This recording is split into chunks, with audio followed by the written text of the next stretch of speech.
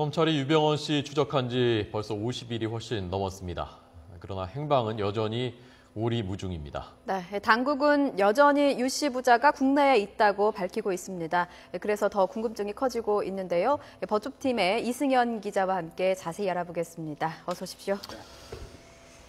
그동안 인천지검 특별수사팀에서 취재하느라고 많이 바빴죠? 이게 상당히 생각했던 것보다 훨씬 더 길어지면서 뭐 취재진들도 그렇고 수사팀들도 좀 정신적으로, 신체적으로 좀 많이 지쳐 있는 상황입니다.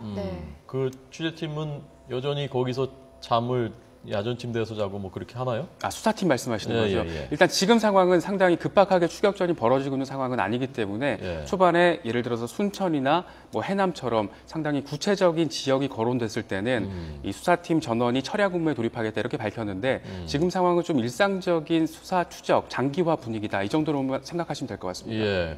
그 최재경 지검장이 유명한 특수수사통이고 이번에 자존심 걸고 하겠다고 했었는데 많이 좀 상심했겠는데요, 지검장도? 일단 지금 지난 5월 30일에 유병언 씨가 탄 것으로 추정되는 승합차가 해남으로 들어간 것이 포착된 이후에 그 이후에 지금 행적이 전혀 추적이 되지 않고 있습니다. 때문에 수사팀 입장에서도 상당히 사건 초반에 속도감 있게 일가나 측근들에 대한 손목을 다 붙잡아 놨기 때문에 어느 정도 기대감이 높았던 거 분명했지만 지금 상황에서는 일단 장기화에 이미 벌써 검찰 수사도 들어간 걸로 볼 수 있을 것 같습니다. 네, 유 씨 일가 측근 상황 수사를 지금 좀 정리를 해보죠. 정리를 해보면 상당수 많은 수를 잡아들였습니다. 벌써 재판에 일부가 넘겨진 경우도 있었는데 어떤 사람이죠? 일단 이번 주 같은 경우에는 이 핵심 측근, 일가족으로 지목된 사람들 중에서는 3명이 기소가 됐습니다. 이 중에서 특히 관심을 모았던 사람들이 친형 병일 씨, 그리고 도피 총책으로 당초에 지목이 됐던 일명 신엄마가 지금 기소가 됐습니다. 그런데 기소됐을 때 이 공소 사실, 그러니까 적용된 혐의점을 보면 상당히 시사하는 부분이 많아 보입니다. 형 병일 씨의 경우에는 유병언 씨의 도피를 도운 혐의에 대해서는 전혀 파악이 되지 않았고요. 이 청해진 해운으로부터 고문료 1억 3천만 원을 횡령한 혐의, 그러니까 계열사 자금 횡령 혐의만 적용이 됐고 일명 신엄마, 이 도피 총책으로 지목이 됐었지만 이 막상 재판에 넘겨졌을 때 적용된 혐의는 이 유병언 씨를 사건 초기에 안성에 있는 자신의 언니 집에 머무를 수 있게끔 해준 도피 혐의, 이거 하나만 적용이 됐기 때문에 유병언 씨의 도주와 관련한 추가 추적 단서는 전혀 확보되지 않았다 이런 상황이기 때문에 이 두 사람에 대한 공소 요지만 봐도 지금 검찰 수사가 어느 정도인지 좀 짐작해 볼 수 있는 상황인 것 같습니다. 또 구속돼서 지금 조사받고 있는 핵심 측근 일가 또 누가 있죠? 지금 사실상 측근과 일가 수사는 거의 마무리 단계에 접어들었기 때문에 지금 구속자 중에는 한 2명 정도 꼽을 수 있을 것 같습니다. 일단 유병언 씨의 부인 권윤자 씨가 있고요. 이 유병언 씨의 핵심 측근, 최측근 오른팔로 지목이 됐던 이석환 금수원 상무가 있습니다. 하지만 두 사람 모두 지금 입을 굳게 다문 것으로 알려졌습니다. 특히나 권윤자 씨 경우에는 당초 검찰이 체포했을 때부터 유병언 씨에 대한 추적 단서를 찾기보다 장남 대균 씨에 대한 추적 단서를 찾을 수 있을 가능성이 높다. 검찰 쪽에서도 이런 분위기가 좀 우세했거든요.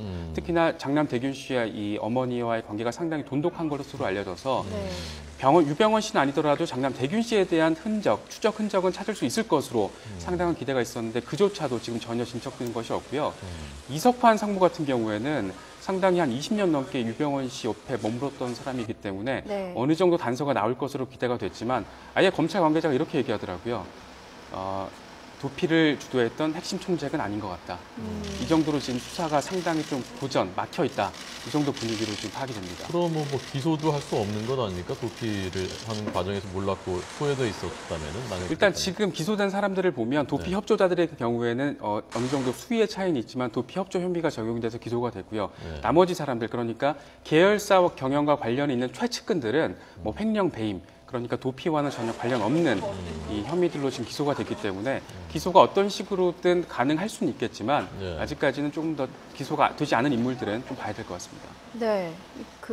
이석환 금수왕 상무도 그렇고요. 예전에 잡힌 이재옥 헤마토센트럴라이프 이사장, 그리고 신엄마, 여러 엄마들 다 사실은 도피 총책으로 지목이 됐었지만 결국의 결론은 이들이 총책이 아니었다 이거 아닙니까? 사실 그 측근이나 일가 중에 구속된 사람들이 하나같이 도피 총책이다라는 수식어를 달고 체포가 됐습니다. 하지만 수사를 해봤더니 수사에 진전이 될 만한 증언이나 단서들이 전혀 확보가 되지 않았다는 거죠. 그러니까 검찰 입장에서도 이게 누가 과연 진짜 도피 총책인지가 지금 확인이 확인이 되지 않고 있는 상황인 겁니다. 사실 이 일가들과 최측근들에 대한 이 체포가 이어졌을 때 이 검찰 내부에서는 유병헌 씨의 일가와 측근들을 구속시키면서 유 씨에 대한 심리적 압박을 키워보겠다. 이 같은 수사 전략이 좀 깔려 있었는데 이 부분에 대해서 일단 전혀 결과적으로 먹히지 않은 것으로 보이고요. 일종의 허탕 전략이었던 것으로 지금 생각이 듭니다. 그 도피 총책이라는 말을 붙여준 것이 지목한 것이 검찰이 지목한 겁니까? 아니면 그 이승영 기자 같은 그 언론이 지금 일단 사실 이를테면 제일 처음에 도피 총책이다라는 수식어가 나왔을 때는 지금 아직도 검거되지 않고 있는 일명 김엄마, 그러니까 원조 김엄마의 경우에 사실 이 김엄마의 총책을 검찰이 먼저 그 공식 브리핑을 통해서 밝힌 내용이었거든요. 그렇군요. 그래서 김엄마가 도피를 주도하고 있다라는 검찰 관계자의 멘트가 있었기 때문에 여러 그 수식어를 달고 기사화가 됐었던 부분인데 사실 김엄마 이후에 검찰이 조금 집중적으로 들여다봤던 인물 같은 경우에는 하나같이 어느 정도 도피와는 관련이 있는 인물들이었거든요. 게다가 현실적으로도 계열사 경영에 상당히 깊숙하게 관련이 돼 있었던 사람들이 많았고요. 그래서 도피 총책이라는 이 쿼트를 많이 달고 기사화가 됐었는데 지금까지는 일단 지금 상황에서는 도피 총책은 사실상 없다. 이런 상황으로 볼 수 있습니다. 본인이 총책인 것 같아요. 본인이. 네, 일단 뭐 구원파 신도들의 도피, 그러니까 누군가가 이 유병헌 씨의 도피를 지원을 한다라기보다 유병헌 씨가 구원파 신도들을 통해서 도피를 하고 있는 모습으로도 해석을 할 수 있는데 물론 이 부분은 지금 상황에서 말 그대로 해석을 할 수 있는 부분이지 어느 정도 수사를 통해서 확인된 부분은 아닙니다. 그렇다면 대균 씨의 도피에 대해서는 어떻게 봐야 되는 건가요? 뭐 유대균이 아까 뭐 유대균이 아버지죠? 예? 네. 아니, 죄송합니다. 그러니까 장남 대균 씨. 장남 대균 씨. 대균 씨의 그 도피는 총책이 만약에 없다면 대균 씨의 도피는 누가 지휘하고 있다고 일단 지금까지 알려진 바는 전혀 없습니다. 다만 일명 신엄마로 불렸던 지금 재판 구속 기소가 된 인물인데 이 신엄마의 딸이 지금 대균 씨와 함께 도주를 하면서 도피를 돕고 있는 것으로 전해지고 있습니다. 그런데 박모 씨인데 태권도 유단자고요. 그렇기 때문에 일각에서는 유병헌의 도피를 유대균의 도피를 도우면서 동시에 일종의 경호 업무까지 같이 맡고 있는 것 아니냐 이렇게 말들은 나오고 있는데 이조차도 수사를 통해서 확인된 부분은 아니고요. 아직까지 대균 씨, 유병헌 씨와 마찬가지로 이 도주 경로나 도주 흔적이 전혀 잡히지 않고 있는 그런 상황입니다. 남은 사람이 지금 김엄마가 남았지 않습니까? 김엄마는 못 잡고 있는 겁니까? 아니면 어떻게 된 거죠? 소재 파악이 전혀 되지 않고 있는 게 지금 현재 상황입니다. 사실 앞서 말씀드렸지만 도피 총책으로 지목됐던 인물들이 모두 도피 총책이 아닌 것으로 드러났기 때문에 지금 사실 김엄마 정도급에서 만약에 검거가 된다면 어느 정도 단서가 나올 수 있지 않을까 기대는 할 수 있는데 마찬가지로 이조차도 검거가 됐을 때 비슷한 상황으로 규결이 될 수도 있고요. 하지만 아직 검거조차 되지 않고 있는 상황인데다가 시간이 벌써 꽤 흘렀습니다. 그 뒤에 드러난 신엄마, 제2 김엄마가 지금 구속 기소가 된 상황에서도 원조 김엄마에 대해서는 지금 아직 검거조차 이 신병 확보가 안 되고 있는 상황이거든요. 그래서 때문에 김엄마에 대해서 어느 정도 검찰이 기대를 하고 있을지 같이 있는 건가요 지금? 글쎄요, 그것도 전혀 짐작하기엔 좀 어려운 부분인 것 같습니다. 주치 말씀하시죠. 주치 윤모 씨도 체포됐다면서요? 아니요, 체포된 건 아니고요. 주치 윤모 씨 같은 경우에는 지금 이번 주에 검찰이 소재지를 파악한 인물입니다. 이번 주에는 그 어느 정도 중요도가 있는 것으로 지목된 인물이 체포된 사람은 없고요. 다만 주치 윤모 씨 같은 경우에는 이 안양에 있는 오피스텔에 머물고 있다라는 소재지가 파악이 돼서 검찰과 경찰에서는 이 수사에 협조 요청을 하고 있는 대상으로만 지금 파악이 되고 있고요. 검찰 관계자의 경우에는 사실 일각에서는 이 주치라는 수식어 때문에 그러니까 유병헌 씨 같은 경우에 고령의 지병을 앓고 있어서 주치의 도움이 없이는 장기 도주가 어렵다. 이게 지금 구원파 예신도들의 증언이거든요. 때문에 주치가 유병헌 씨의 도주 경로를 알고 있을 수 있다. 이 같은 희망을 통해서 지금 수사 협조를 요청하고 있는 상황이고요. 체포 영장이 발부된 것도 아니라고 검찰 관계자가 직접적으로 밝히기도 했습니다. 상황이 이렇게 되다 보니까 유병헌 씨를 정말 잡을 수 있는 건가 이게 가장 궁금하거든요, 사실은. 그런데 황교안 법무부 장관이 아직까지 국내에 있는 것으로 알고 있다, 뭐 생각한다 이렇게 말을 했습니다. 이게 뭐 정확한 겁니까? 지금 정확한지 여부 물론 취재 기자 입장에서는 전혀 확인을 할 수 없는데 다만 엊그제 이제 황교안 법무부 장관이 국회 법사위 전체 회의에 출석을 해서 밝힌 내용이고요. 유병헌 씨가 국내에 머무르고 있는 것으로 파악을 하고 현재 추적 작업을 계속 이어가고 있다.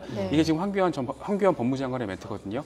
그런데 황교안 법무장관 이전에도 경찰청장, 뭐 인천지방경찰청장, 수사팀 고위 관계자 모두 하나같이 입을 모아서 국내에 있다라고는 말을 하고 있습니다. 근데 문제는 이런저런 근거가 있기 때문에 국내에 머무르고 있다 이렇게 밝히는 게 아니라 아직까지 해외로 도주한 정황이 파악되지 않고 있기 때문에 국내에 머무르고 있는 것으로 보인다.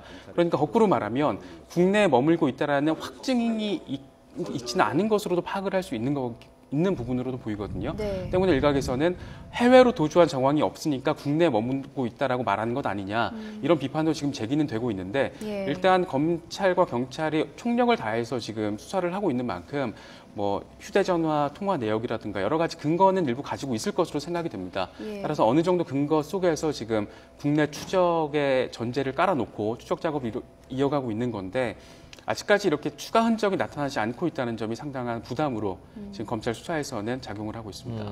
밀항을 하지 않았다는 것은 그러면 그것도 구체적인 근거를 가지고 하는 얘기는 아닐 수도 있다는 말인가요? 일단 경찰과 검찰, 검경 쪽에서는 가능한 밀항 루트는 모두 통제를 하고 있다 이렇게 밝히고 있거든요. 그런데 사실 그 밀항을 마음만 먹으면 예를 들면 전남 신안 그 유 씨가 처음에 도주한 것으로 지목됐던 지역 이곳에서 조금 먼 바다로 나간 다음에 작은 배로 갈아타면 중국까지 한 3시간, 4시간이면 간다고 하거든요. 그런 루트를 경찰과 검찰이 차단하고 있는 루트를 피해서 충분히 도주가 가능하다, 밀항이 가능하다라는 게 인근 또 지역 사람들의 말이기도 합니다. 때문에 경찰과 검찰의 밀항 차단 루트에는 걸리지 않고 도주했을 가능성이 전혀 없어 보이진 않거든요. 때문에 황교안 장관 같은 경우에도 엊그제 그 법사위 회의에서도 만에 하나 해외로 도주한 것이 확인이 된다면 사법 공조를 통해서 신병을 확보하겠다. 이 같은 발언을 한 것도 해외 도주 가능성을 완벽하게 배제하지는 않고 있는 것으로 해석을 할 수 있을 것 같습니다. 네. 그렇군요. 이 정도 되면은 수사가 뭐 장기 미제로 가는 것 아니냐 이런 우려도 있는 것 같은데 어떻게 보십니까? 일단 지금 상당히 우려되는 부분이고요. 사실상 유병원의 도주 장기화에 맞춰서 수사팀도 지금 장기 수사, 장기 추적에 들어간 모습으로 보입니다. 검찰 관계자가 최근에 이런 수사팀 관계자가 이런 얘기를 했습니다. 특정 지역과 장소, 그러니까 의심 가는 데는 있는데 이 부분으로 좁혀서 지금 들여다보고는 있다. 다만 이렇게 시간이 오래 지난 만큼 오늘 잡힌다, 내일 잡힌다, 그 시점을 예단하기는 어렵다 이렇게 밝혔습니다. 이 말이 사실 수사 초기와 비교하면 상당히 극명한 대조를 이루는 부분이거든요. 이게 5월 중순 이후 상황에서는 이를테면 순천과 해남에 대한 추적 작업이 상당히 속도감 있게 진행될 때는 유병원과 장남 대규시에 대해서 하루까지 따라잡았다. 뭐 반나절까지 따라잡았다, 90%까지 따라잡았다 이런 식으로 상당히 구체적으로 말이 나왔었습니다. 하지만 지금 상황에서는 당장 시점을 예단하기는 어렵다 이렇게 밝혔기 때문에 수사팀도 사실상 장기 추적 단계에 접어들었다. 이 장기화에 맞춰서 이 추적을 하고 있다 이렇게 볼 수 있을 것 같습니다. 네.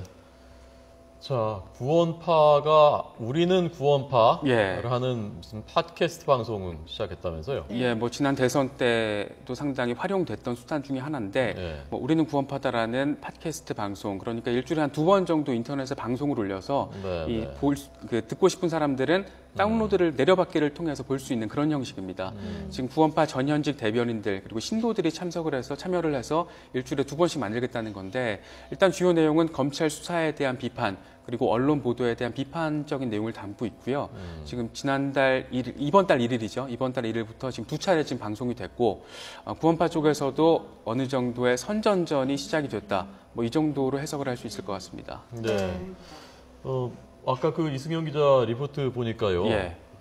앞선 뉴스에서 장기 도주자들이 두세 달쯤 한 곳에 숨어 있으면 그 다음에는 이제 나온다 어딘가로 뭐 그런 거에 좀 기대를 걸고 있다면서요? 이 장기 도주자에 대한 수사를 해본 검사들 같은 경우에는 하나같이 말을 하는 게 지금 상황에서 당장 단선을 잡기는 어렵더라도 이 장기 도주자의 공통점이 두세 달 정도 한 곳에 의신하고 있으면 이 심리적으로 한 번쯤은 외부의 모습을 드러낸다는 겁니다. 그래서 검찰과 경찰도 지금 의심할 수 있는 곳을 집중적으로 잠복을 하면서 그 시점을 노려보겠다는 건데 이조차도 지금 한 2달 정도 됐고요. 구속영장 만료가 지금 7월 중순이니까 조금 더 이 부분은 실제로 그렇게 될지는 좀 두고 봐야 될 것 같습니다. 알겠습니다. 자, 이승현 기자 고생 많았습니다. 고맙습니다. 네.